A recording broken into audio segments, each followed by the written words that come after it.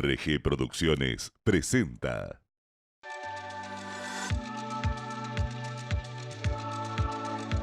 Queremos saber, un espacio periodístico de interés general destinado a difundir el desarrollo económico, político, social, deportivo de una Argentina que avanza y no se detiene.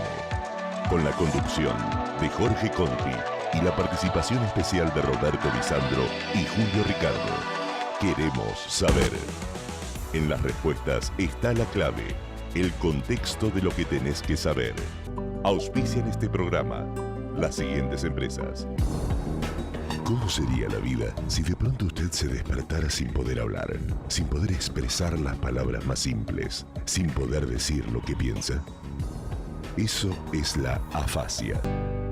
Encarem, Sociedad Anónima, Ingeniería, Obras, Servicios. Municipalidad de Garruchos, Provincia de Corrientes.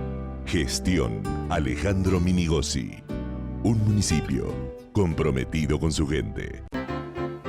Hola, ¿qué tal? ¿Cómo les va? Bienvenidos a una nueva emisión de Queremos Saber.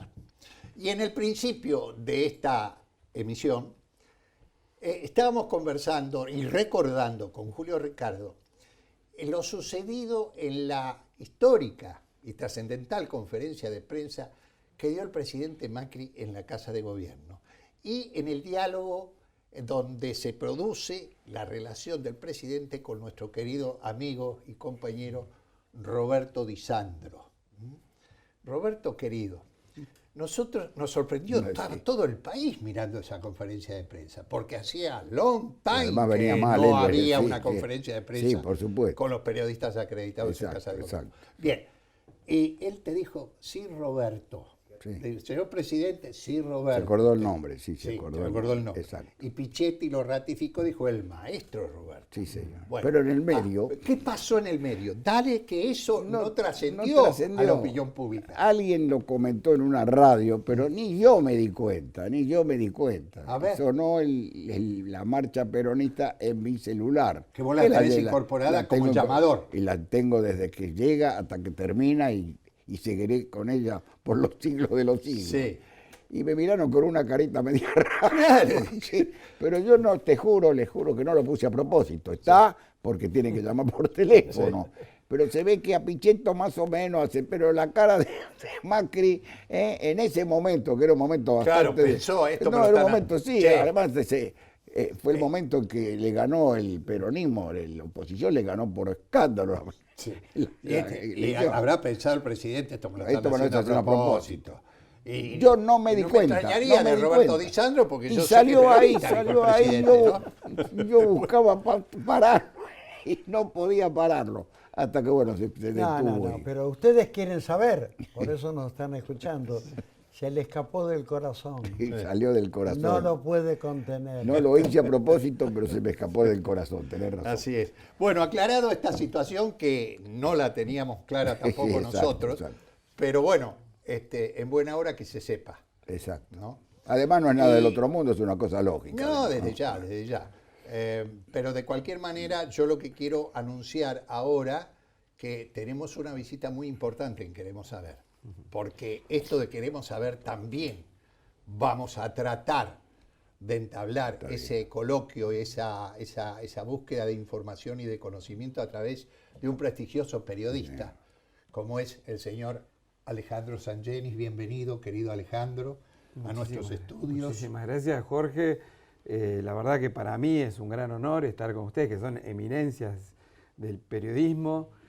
Tanto vos, Julio y Roberto, para mí es como estar en el Olimpo del periodismo, así que para mí es un gran honor estar acá. Mirá lo que es un síntoma de humildad típico y clásico, un hombre como Alejandro Sangenis. Señores, Alejandro Sangenis le hizo reportajes a Mandela, a Bill Clinton, a Lady Di, y siguen las firmas.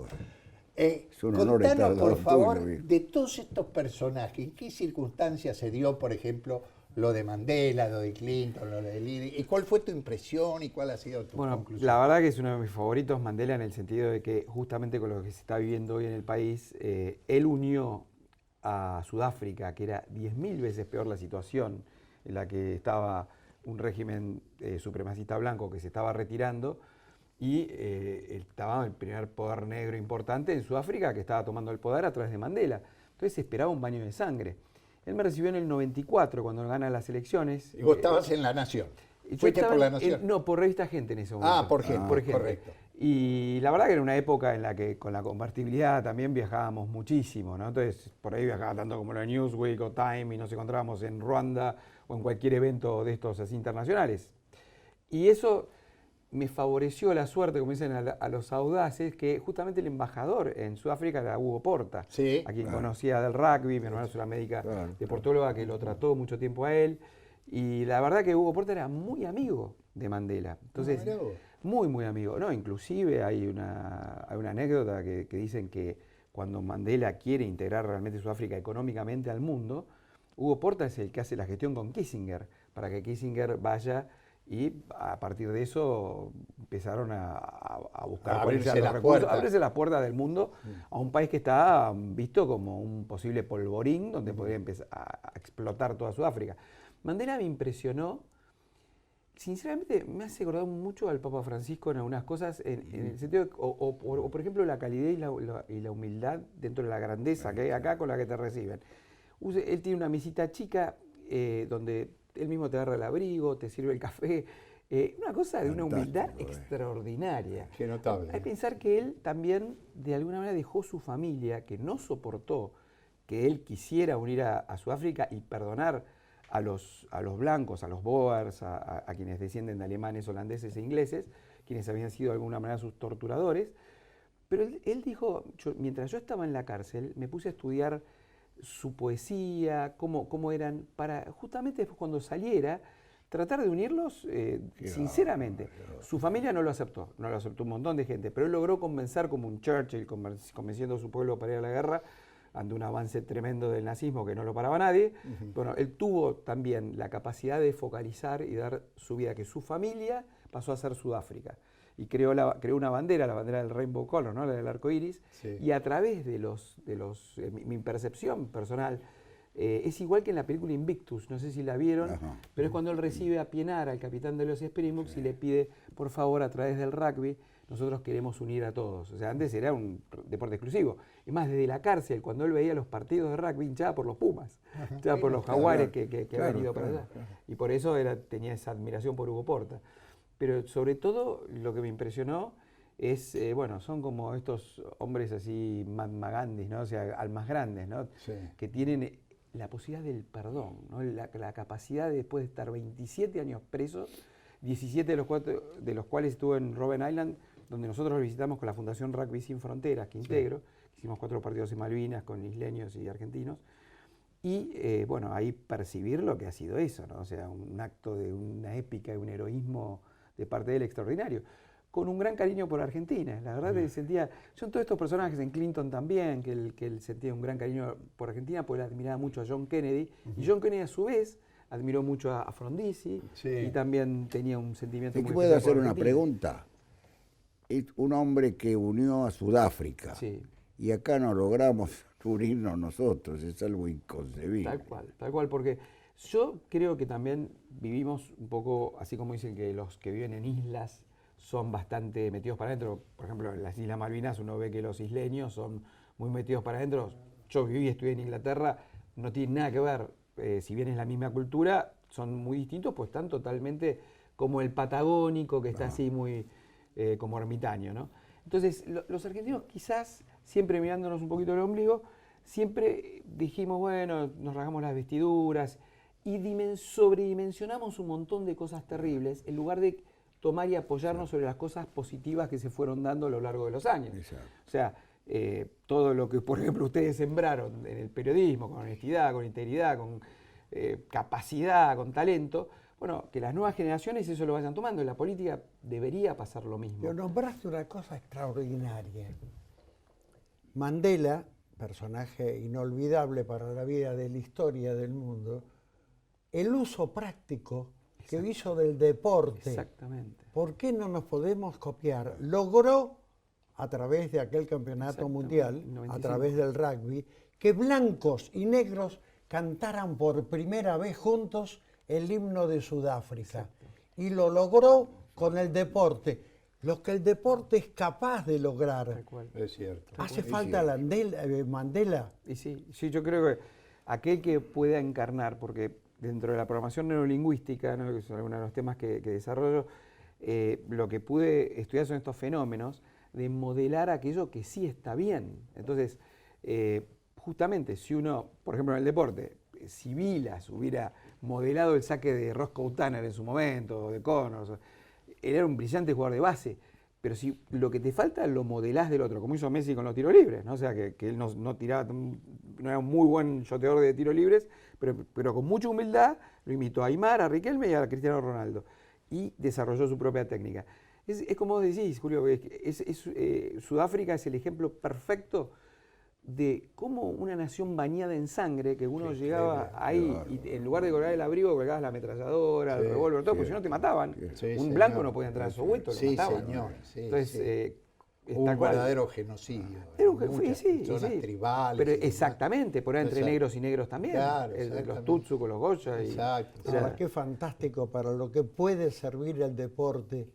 Y nosotros en la Argentina no tenemos ni ministerio de deporte, exacto, muy bien, ni subsecretaría. Tenemos apenas una agenda. Y nos está contando él un caso extraordinario que ha cambiado la historia casi del mundo. Totalmente. Y el deporte lo ayudó realmente. El deporte fue la llave. O sea, él tuvo la extraordinaria visión de darse cuenta que, y lo confesó, ¿no? O sea, los blancos tienen la economía, el ejército, la policía, todos los recursos que nosotros necesitamos, pero además hay una economía en Sudáfrica muy importante, donde elevando el nivel educacional de nuestra población negra, con la ayuda del apoyo de los blancos, vamos a superarlo. ¿Qué era lo que realmente aglutinaba a Sudáfrica como marca en el mundo? Los Springboks, ¿no? El seleccionado de rugby de Sudáfrica, que junto con los All Blacks de Nueva Zelanda, o los mismos galeses, son deportes nacionales. Claro. O sea, es el deporte que los identifica a todos. Alejandro, bueno, vamos a hacer una sí, decilo. Pero sorprende que teniendo un presidente que fue presidente de Boca, no esté de acuerdo con lo que está diciendo nuestro querido colega, ¿no es cierto? De aprender que el deporte es el que une y crear un ministerio de deportivo también, ¿no es cierto? Hay ciertas contradicciones que la vamos a seguir mencionando más adelante. Sí, señor. Breve pausa y nuevamente estamos con ustedes en este buen programa de Queremos Saber. La afasia es la pérdida del lenguaje por una lesión cerebral. La persona puede tener dificultades para encontrar las palabras al hablar o escribir, alterar los sonidos y letras al armar oraciones y tener problemas para comprender lo que escucha o lee. Todos podemos padecerlas. Interesante esto de escucharlo a este prestigioso periodista y escritor como es Alejandro Sangelis. Y habíamos hablado y mencionado así al pasar a otro ser y a otra persona tan querida también por todo el mundo como es Lady Di. Vos estuviste con ella, la entrevistaste. Sí, mira, mi historia un poco con ella de alguna manera empieza cuando yo estudiaba en Inglaterra, en Cambridge, y el príncipe Carlos, cuando recién era una especie del delfín de la corona británica, de la reina Isabel, iba a un lugar que se llama Royal Society of Arts, que es donde debaten los jóvenes. Yo te puedo asegurar que en aquella época, tipo 78, 79, era brillante. Ese muchacho era brillante en aquel momento. Quizás un techo de cristal que le puso la madre por ser una eterna reina, él no dio todo lo que realmente Inglaterra esperaba de él. Cuando se conoce con Lady Di, Lady Di se enamora sinceramente de él, pero él tenía a su vez un amor oculto, que era Camila Parker, y bueno, ahí es como que ya empieza casi una tragedia shakespeariana, ¿no? Sí. O sea, Lady Di se va transformando en una Queen of Hearts, ¿no? Una reina de corazones, salva la corona británica, que estaba muy cuestionada en ese momento también, porque ella se iba a África a ver a los chiquitos que pisaban una bomba antipersonal. Sí, exacto. Digamos, a dejar sin efecto las minas que exactamente. Entonces utilizaba esa persecución que tanto sufrían los fotógrafos, pero a su vez los utilizaba como forma de comunicar. Yo la conocí allá pero la pude entrevistar acá, en Gaiman, ¿no? Primero la vi en el Hospital Británico y después en Gaiman, en Chubut, ¿no?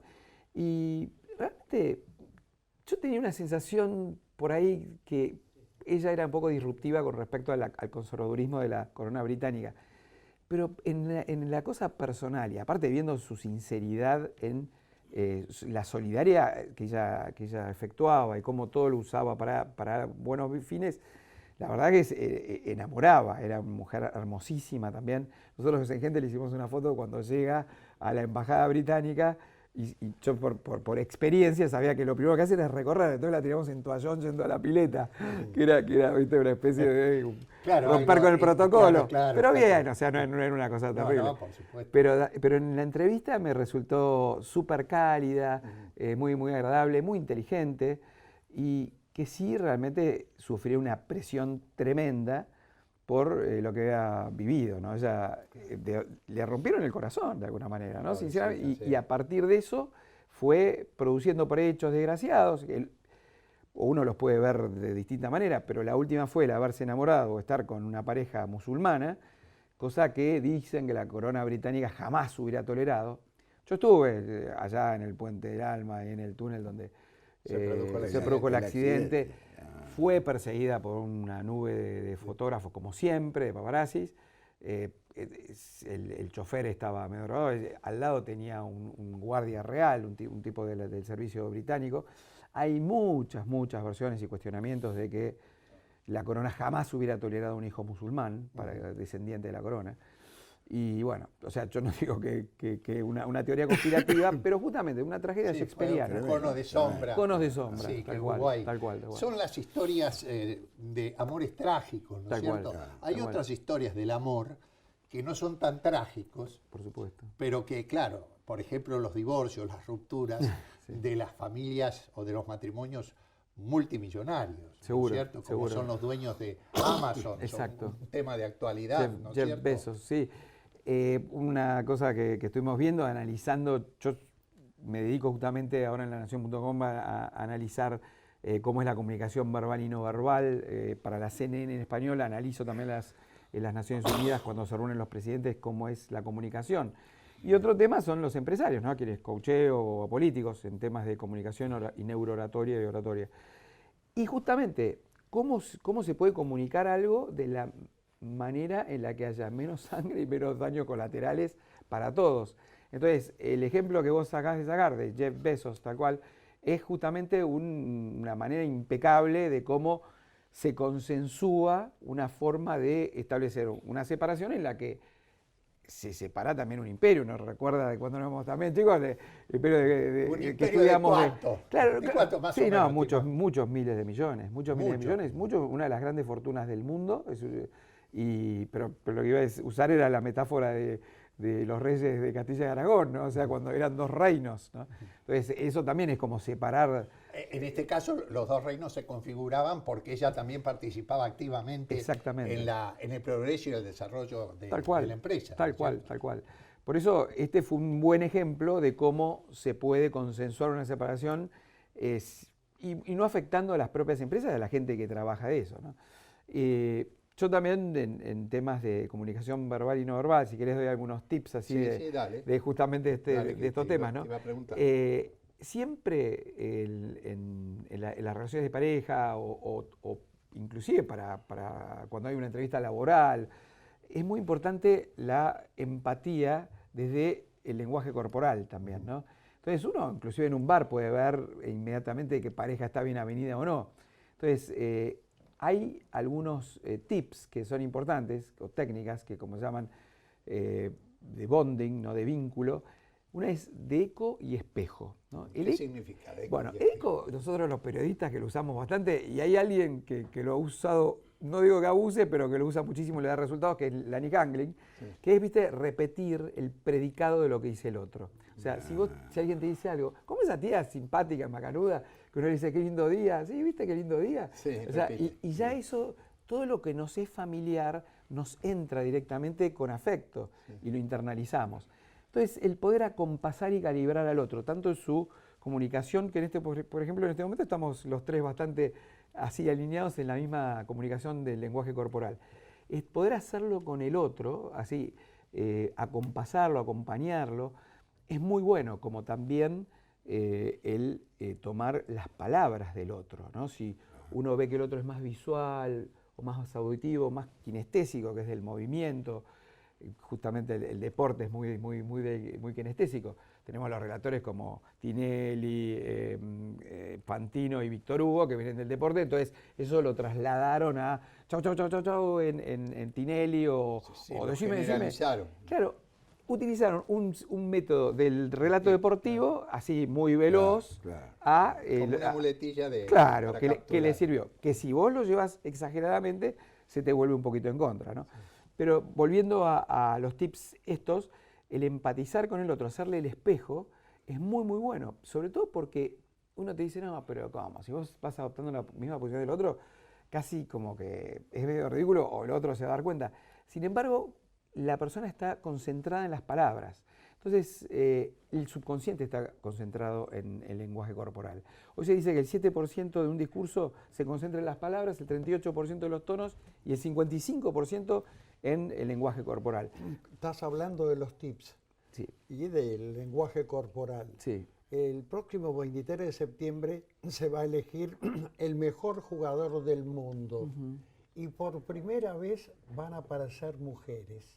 Así que ya está, perdonen que les dije el mejor jugador, porque puede ser la mejor jugadora del mundo. Sí, correcto. De los 10 que han sido proyectados, seguramente Messi es el que lo va a ganar. Esperemos. Pero hay 3 mujeres, por primera vez. Qué bien. A ver cómo se van a ver en ese tip, ¿no? Cómo se van a estar comunicando. Bueno, el lenguaje corporal en el deporte es fundamental también. O sea, si uno estudia, o de hecho se estudia, ¿no? Cómo se patean los penales, pero sobre todo también para un técnico, para un líder, ver en el vestuario, antes del vestuario. Puedo traer el ejemplo de los Pumas en el 2007, antes de jugar con Francia era local, organizaba su mundial, que era el que ellos ya soñaban y estaban convencidos que lo ganaban. Estaban Pichot, Juan Hernández en el túnel y los ven a los franceses, a Bastiat, a todos los demás, a Escrelá, y los ven así como tocándose, como que eso es buscarse lesiones imaginarias. O sea, es una persona que está incongruente entre su lenguaje corporal y lo que debe ser su mente focalizada. Entonces Pichot le dice al otro, a Juan, hoy ganamos, pues esto está con mucho miedo para entrar a la cancha. Si un jugador está como también tocando selecciones antes de patear un penal, no lo pongas a patear un penal, pues es muy probable que no tiene confianza en sí mismo. Tener las manos en jarra, o así, estar con una postura de presencia, eso ya uno puede interpretar que la persona está bien. Siempre hay que tomar en cuenta que hay algún loquito que dice, déjame patear, y por ahí la tira a la tribuna, porque se tiene demasiada confianza, hay que calibrarlo, ¿no? Pero es interesante el tema del lenguaje corporal en el deporte. Nadal lo utiliza muchísimo. Ahí hay tips, por ejemplo, de cuando él hace un tanto y dice, ¡vamos!, ¿no? Y lo grita. Newton Hewitt, el australiano, también decía, ¡come on!, que es insoportable, ¿no? Sí, come on, se volvía loco. Se volvía loco, dice, bueno, por favor, los argentinos varias veces lo pusieron en caja, ¿no? Claro, como Vilas alguna vez a Mackenroe con una esmalla del cuerpo. Pero justamente en esos casos se llaman anclajes, que vos algo que hiciste bien te lo recordás. El puño cerrado le recuerda al cerebro que acabas de meter un shot espectacular, un passing shot espectacular, o un saque muy bueno, y en la próxima vez haces ese gesto también para anclarlo y repetirlo. Los usan los All Blacks, ahora se está generalizando mucho. El no se jugador dice, de pero fútbol que le saca la camiseta y la tira también. Bueno, también, pero ahí está el tema de que el reglamento lo amonesta, ¿no? Pero justamente los brazos levantados, yo tuve a los del gráfico que eran mis primos, ¿no? Pues estábamos en Editorial Atlántida al lado, Constancio Vigil era el dueño de esa parte, yo estaba del lado de Aníbal Vigil. Y justamente todas las tapas de gráficos son con las manos para arriba. Los brazos para arriba, ¿qué significa? Significa ganador, significa el cerebro hacia arriba. Está comprobado que por ejemplo, un posible suicida, si vos lo llamás por teléfono para disuadirlo, lo primero que tenés que decirle es mirar el horizonte para arriba. Ya el cerebro cambia la fisiología del cuerpo. Entonces, todo ese tipo de tips, viste, sirven muchísimo, ¿no? Se decía que el arquero de Alemania tenía aquella vez en la lista famosa, pero en realidad habían estudiado justamente el estilo, la forma de patear y todo ese tipo de cosas, ¿no? Que en definitiva podés tener la lista, pero bueno, en ese sentido me parece que Sí. hay... Y cuando no la ataja, porque le hace un golazo el que patea, Sí, dice, tal ¿no viste cual. no, la verdad que no, Bueno, me lo cambiaron. Bueno, Goicoechea dijo que si él se tiraba a atajarla abajo, la de Breme, en el mañana lo hubiera atajado, pero él se tiró a media altura. A mí me parece un penal casi imposible atajarlo el de Breme, pero bueno. Che, qué interesante, bueno, qué lindo, qué ¿no? cosa La verdad, uno no se cansa de escucharlo, Alejandro. Uno va a ver el fútbol y ve que quiere que la Sí, pelota sí, vaya sí, adentro. sí, y tal nada cual, más. tal cual. Bueno, nuevamente, muchísimas gracias, Alejandro Sangenis, porque nos has dado una cátedra La verdad que de sí. historia, de periodismo y de cosas del pasado, de la actualidad, que a nosotros nos enriquece. Y a la gente también. Y a la gente, a nuestros televidentes también, fundamentalmente. Sí, señor. Así que en nombre de ellos también te agradecemos. Y estás comprometido Por supuesto. para otras emisiones. Antes de irse, ¿de qué sos hincha? De Huracán. Mirá vos, Globito. Mira, Hernán, el esposo de mi hija menor, es hincha fanático. Ese quiere goles, nada más.